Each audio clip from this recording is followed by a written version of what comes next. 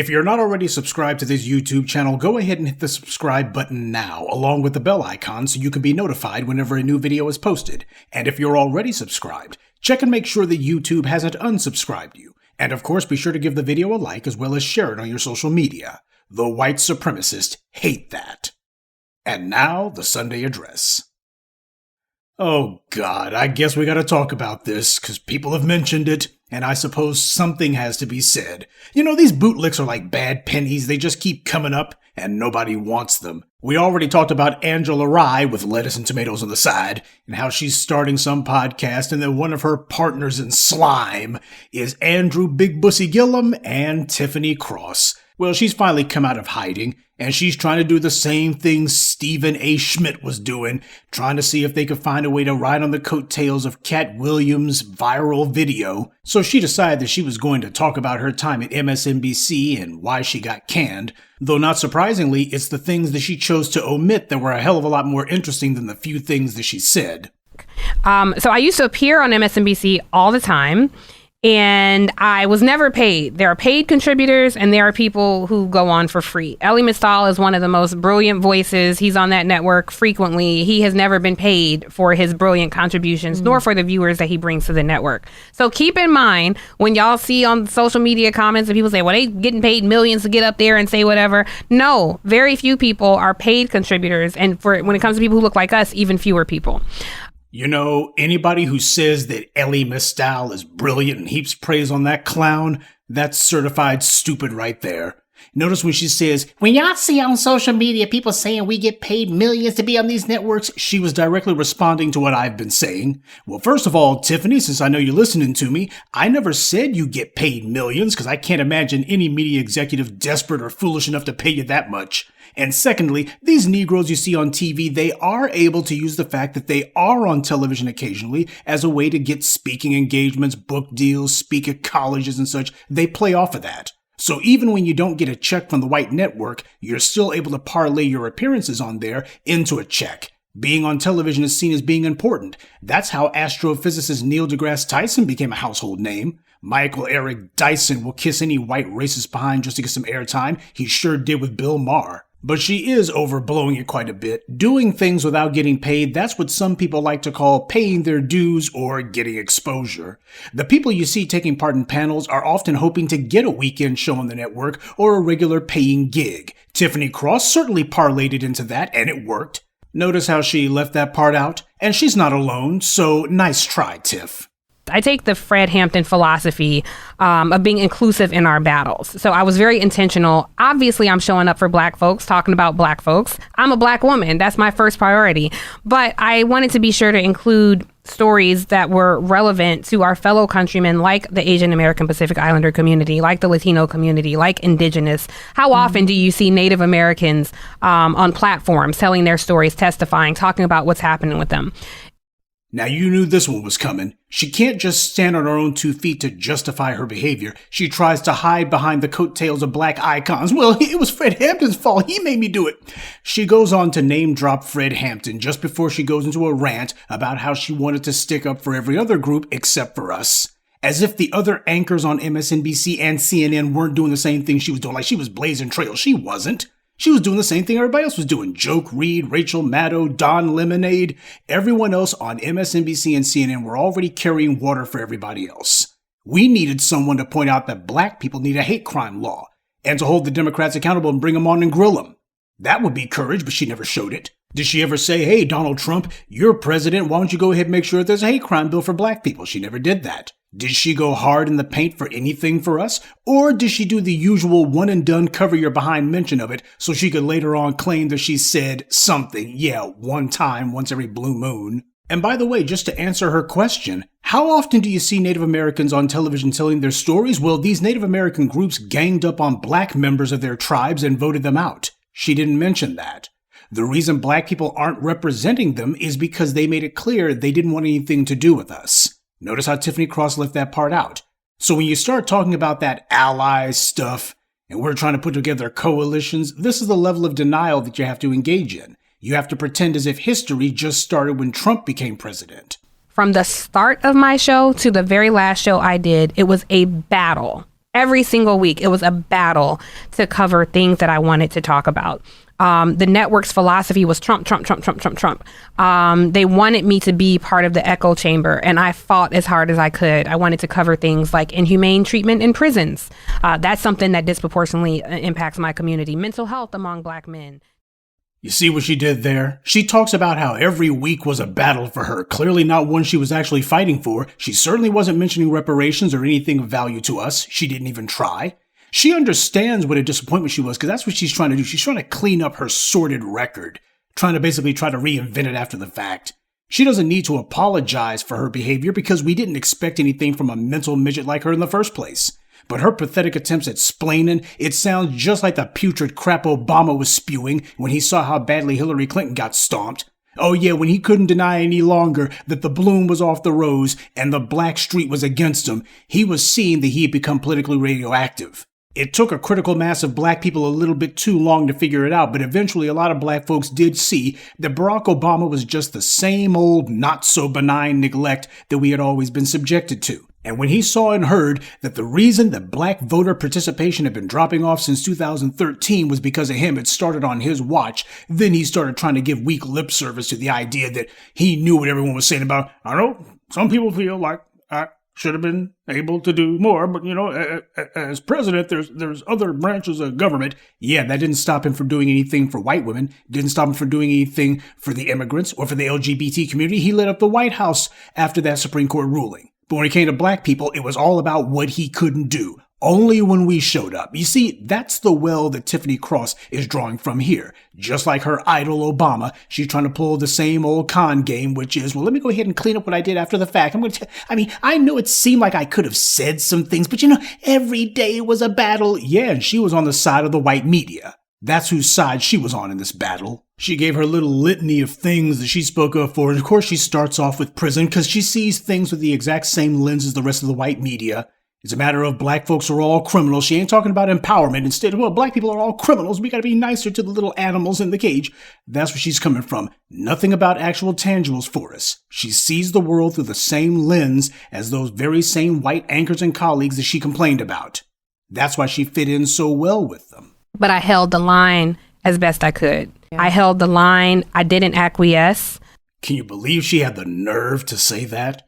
She held the line. No, Tiffany, you towed the line for the white media, and you did so gladly. It would have been one thing if she just merely repeated the DNC's stale talking points, but she went way beyond the call of dirty, and she attacked the Black grassroots. Her only regret is that it didn't work out for her. Gee, who would have thought that bootlicking was a career path that didn't come with a retirement plan? My viewers and my community were always the top of mind. I never positioned myself to center the comfort of colonizers. So leadership changed at the network and a new president came in. Hearing her phony baloney faux Black militant pap is just ridiculous. It would be laughable if it wasn't for all the damage this woman did. And when she's talking about the new network president, she's talking about Rashida Jones, a Black woman, though she never uses Rashida Jones' name. Now, when talking about Jones's predecessors, she points out that they were white men, but when it comes time to talk about Rashida Jones, she does not say her name, doesn't even say she's Black. She talks around it. Yeah, because she's so courageous, don't you know? She tells the truth fearlessly, don't you know? Even though she don't work for the network anymore, she ain't saying no names, don't you know? And listen, we need to celebrate and normalize the leadership of Black women. So we can never make this about one individual. The problem is systemic. So if a Black person is at the helm, but they consider part of their job to keep free Black folks in a state of submission, or to prove to their superiors that they can keep Black and brown folks in check, that's really not anything to celebrate. An overseer might be of the community, but they are certainly not in it. Now again, this is Rashida Jones that she's talking about here, a Black woman. But instead, she sits here and speaks in clipped speech. All of this circuitous pablum that she's spouting. We need to celebrate and normalize Black women in positions of leadership. And if a Black person is at the helm, but they think it's their job to keep free Blacks in submission, why is she talking like that? Why not just say who it is? She's dancing around the subject. Why? She's trying to have it both ways. She's still trying to keep up the sister girl sisterhood thing, but she doesn't want to have to mention that it was a member of the sisterhood who kicked her out the door. And then Rashida Jones went on a rival network, ABC, on The View, and then she ran interference for MSNBC canning Tiffany Cross. That's what happened, but she didn't mention that. Oh, and by the way, notice how she also throws in black and brown. It's just a knee-jerk reaction for them that just can't help themselves. So now she's talking about the white man and colonizers, but she doesn't have the nerve to mention Rashida Jones. Tiffany Cross is trying to make herself out to be some kind of martyr when she's not. She tries to talk like the grassroots, but it doesn't even sound sincere or legitimate coming off her forked tongue. She's just another self-interested social climber. Her empty token criticism of Joe Scarborough and the phony black misleadership class, it means nothing. Because she was on air and she wasn't criticizing those people then. The people who she pretends to be critiquing now, she was attacking the black grassroots when she was on air. Now that's who she was going after. The same way Eli Mistal, who she was praising, he didn't go cursing and carrying on when it came to all these white men accused of sexual assault. But Bill Cosby, he had to go out of his way to show that he was uniquely outraged about that. Yeah, he's furious about a black man campaigning for a job, auditioning for a weekend gig. That's what he was doing. They wouldn't give him anything, but damn if he wasn't trying to get it. But as for Tiffany Cross, she made it a point to single out on air people like Brother Tariq saying that don't be following him, don't be listening to him. Was that MSNBC that made her do that? Who coerced her into pulling that one? When she says she was standing on truth, she was speaking her truth, that's what she means. Except that truth for her means spitting in the face of the black community. She wasn't spitting any truth, and it wasn't free either. I guess when she had her little old show, she was doing that crap for free. When's the last time she was doing anything for free on MSNBC? You see how these bootlicks try to blur the lines so that they can deceive you? It costs our community a lot when we have these bootlicks misleading us and telling us to vote for nothing and trying to do that gender war crap. That's not free. It's quite expensive to us. Oh, but that's her truth. Huh? She didn't come to the black grassroots and say, hey, we need to talk. We got some minor disagreements, but we all want the liberation of the black race, so we need to talk about this and hash it out and find our lines of commonality. Hey, I got this little show that I'm sitting here doing, and I'm sure that it would help give me some legitimacy if I could get some people like y'all speaking on this. That's not what she did. Soon as she saw some people on the internet saying something different from her, she attacked them. When she tries to say that Rashida Jones and other black overseers simply want to prove that they can get the Negroes in line, well, that's exactly what she herself was doing. That's what Tiffany Cross was doing. She didn't try to build any bridges with us because she's not with us. She's part of that boule bootlick contingent. And she saw how much they were able to protect her. Ski-wee. So Tiffany, I know you're a narcissist. And because of that, I'm sure you're probably listening to this, and that being the case, let me tell you something. Your attempts to try to rewrite the history books won't work. Lecturing us, wagging your finger at us, we remember that. You made it a point to dump on the black community in general, but black men in specific every chance you got. And I'm sure you thought yourself so clever, but tell me, Tiffany, who was it who got you canned? It was a white man who did it, Tucker Carlson. He was the one who got you fired. And it was a black woman, Rashida Jones, who carried it out and then went on a rival network and justified it. See, that's why Tiffany Cross was attacking black men. She figured that she was going to ingratiate herself to the powers that be at the white media and that would insulate her from punishment. She understands that the third rail of white media is sticking up for the black community. If you get out there and be too strident, they got to go ahead and cut you. But the second that she let her tongue get loose about these white males, these white conservatives, that's when they nailed her. It was a white man not merely on another network, but MSNBC's rival network. And he proved that he had more influence over her career than she did. He proved that the network cared more about what a white man on Fox said than about anything Tiffany Cross did. Now, what does that tell you? She knew that actually sticking up for black people would be far more perilous to her career than anything she could say about white conservatives. I want you to think about that. The network fears advocating for black people far more than it does the little pamby, weak, well-water critiquing that she pretended to do of white society. And that's the reason why she attacked the black grassroots. Ignore black people except to attack the black grassroots is what she was doing. She knew that doing that would not get her canned, wouldn't get her into any trouble, no matter how much of a backlash there was. So here she is now trying to reinvent herself. This was the same person who told black men to get in line, and she said black men need to be following black women. By black women, does she mean black women like herself or Rashida Jones? Which one of them should we be following? Because they're both following the exact same Pied Piper. And now that she's no longer an MSDNC, now she's singing a different tune all of a sudden. Because if I am only of value to you as I show up to vote, then you don't honor my life. And so when I start from a place of saying, hey, I understand the person who does not want to participate in the very system that has harmed them, I'm not saying don't vote. I'm showing up and first to say, I understand you, brother. Ain't nobody asking you to believe in this white man's democracy. We asking you to believe in you. Tap into your imagination. And what does a government look like that services you, your family? Notice she doesn't say she wants something before she votes. She instead says, I'm not saying don't vote. Well, I am. I'm telling you there's no one to vote for in 2024. Do not vote unless someone comes to you and offers you something tangible. And all the cheerleading that she did for the Democrats, and now she's saying nobody's asking you to believe in the white man's democracy. Hey, Tiffany, you can't be a soul sister when you sold your soul to Comcast. I laughed when she talked about how she was asking black men to tap into their political imagination. No, she was lambasting and insulting black men every chance she got. That's what she was doing. Now she's trying to rephrase it and reinvent it after the fact. Get off it, Tiffany. See, she knows that if she's going to try to build some new viewer base, whatever, she knows that we're going to be reminding people of what she said and what she actually did. So this is her attempt to rewrite the history books. Well, we're not going to make that easy for her, that's for sure. And that phrase, political imagination, that was really big during the Obama years. I think that Tiffany's co-host, or is it hostess, Big Bussy Gillum, I think he used that phrase. Obama did too. They tell us as black people, especially black men, use your imagination. I mean, the arrogance and the condescension. I can't put my imagination in my bank account. And they don't tell anybody else to use their imagination. See, for all these other groups, they bring them real, tangible things. No imagination required. So that's what this native land show is about, the island of misfit toys, the cast-offs from white cable, saying anything to get some attention and dishing dirt on their former white cable colleagues who they were so chummy with. This is what they're doing now. That's all this is. I'm sure they'll also be trying to get some politicians and other media folks on their sideshow of theirs, but how much dirt can they drop about the bad old days at CNN and MSNBC before that gets old? You can't do that every week, though I'm sure it will be entertaining to watch them try, but not entertaining enough for me to subject myself to any more of it. And that brings us to the second subject I want to address. Marc Lamont Shill, he was putting on the cape.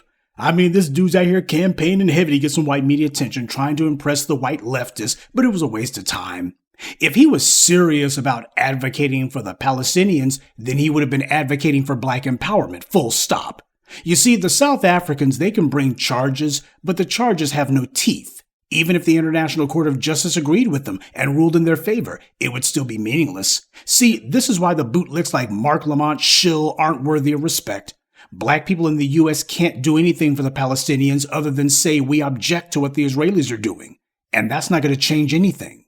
The South Africans at least have a country that they're allegedly in charge of, but they don't have any real power beyond that. Now imagine if South Africa had the same military and economic power as, say, Germany.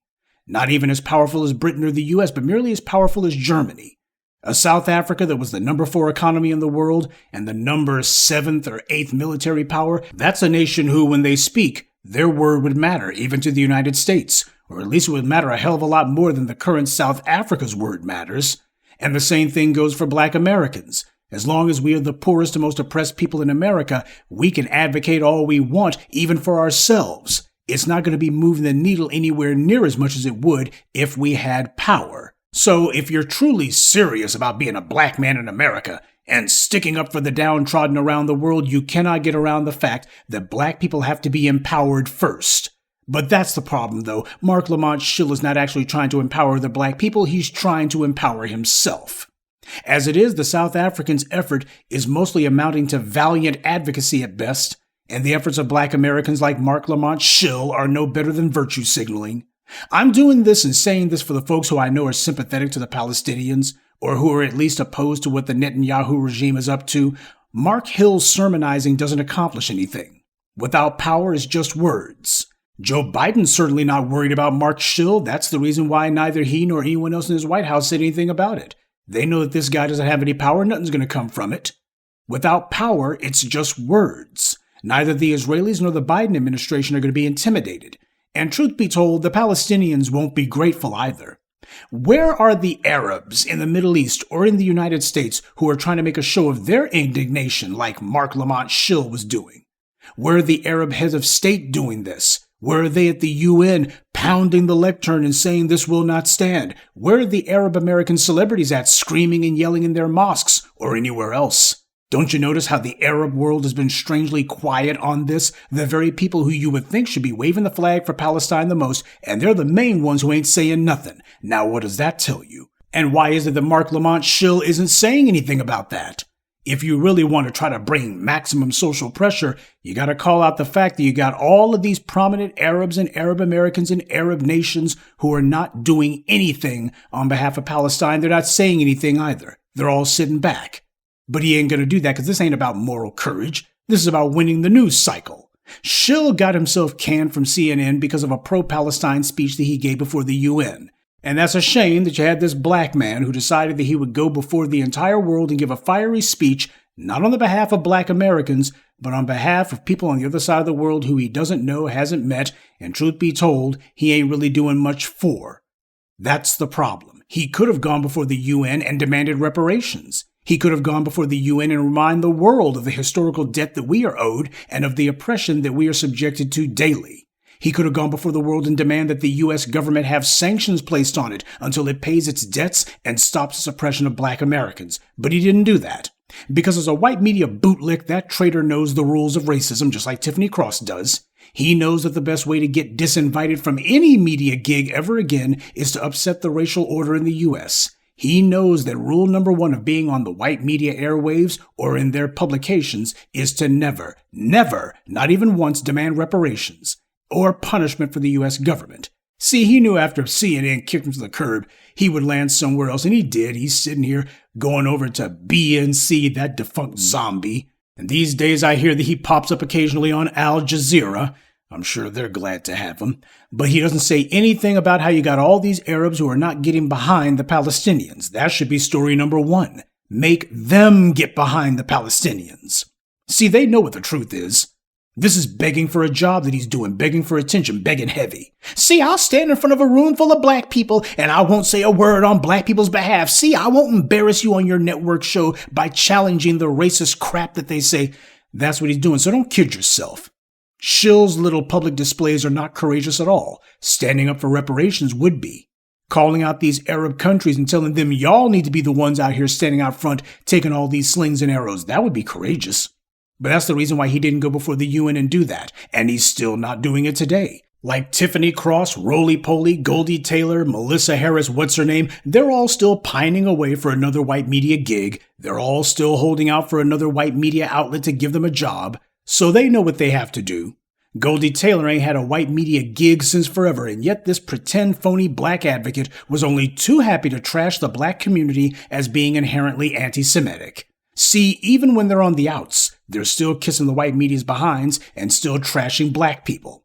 Because being attached to the white media is what they live for. They sold their souls, such as they are, a long time ago, and this is what they're going to do. They're still auditioning for a white media job, and they will never change, which is why we have to call them out when they do things like this.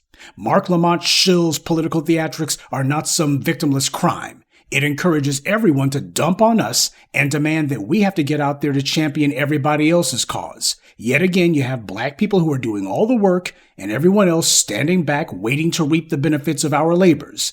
And this is how it's always been. We propose the policies, we get out there and march and demonstrate and then get beaten and killed, and then everybody else gets what we fought for, and we're left with nothing.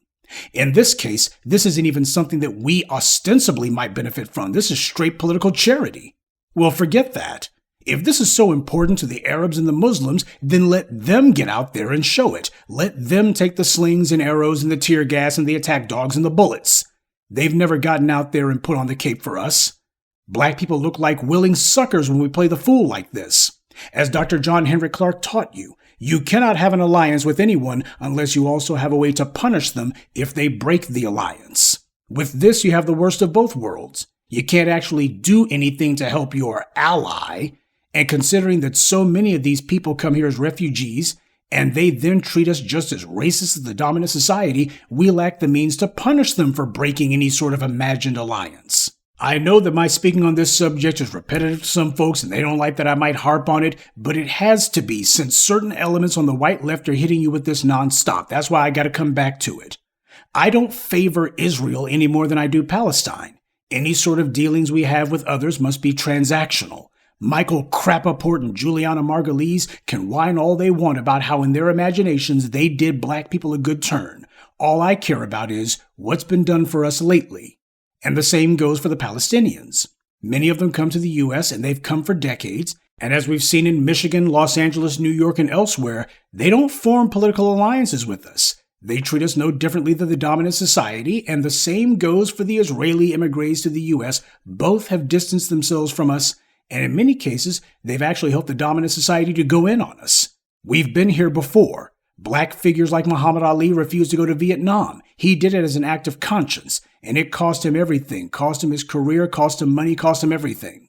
Dr. King broke with President Johnson over the Vietnam War, and he made an enemy of LBJ. Now, why did both of these black men do that? Because they thought that by putting everything on the line for the Vietnamese, they could jumpstart a global Southern Hemisphere revolution against white power.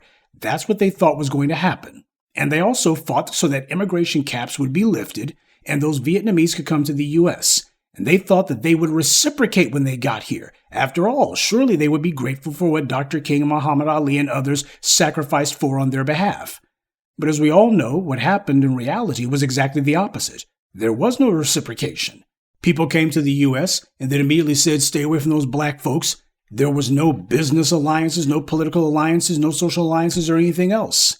The moral of the story is, never do a favor for a favor. Because with the latest outbreak of hostilities, both sides are calling themselves reprimanding black Americans and demanding that we say something on their behalf. No, we're not. They didn't want contact with us, so they shouldn't be asking for it now. And the Marc Lamont Shills are also a problem for us, putting everyone else's interest ahead of ours. It may seem attractive to weak-minded Negroes because they already know the white media is far more willing to discuss the interest and issues of non-blacks before they discuss anything about us. So these would-be social climbers glom onto this or that issue to become champions for immigration, LGBT issues, abortions, etc. They're just trying to enhance their own profiles. I'll tell you right now, don't be surprised if and when Marc Lamont Shill announces his candidacy for public office. Truth be told, I think that's where this is going. Sleaze Merritt did it. Cornel West did it, so I don't think it's going to be long necessarily before Marc Lamont Shill announces some lame-brain candidacy for office. He'll throw his Burger King crown in the ring and see how many people salute. This is what these two are doing. Tiffany Cross and Marc Lamont Shill, they're looking for a second act, and this is how they intend to go about it. Just make sure you don't get taken in by it, because if you think that either one of them has changed, then you're just not paying attention. Good evening, and be one. I'd like to take a moment to mention some of our contributors. Michael Somners, James Dinkins, Michael Clark, Vincent Ali, and Samara Morris. Salute to them and thank you to everyone for listening, liking, and sharing this message. Black empowerment only exists because of you.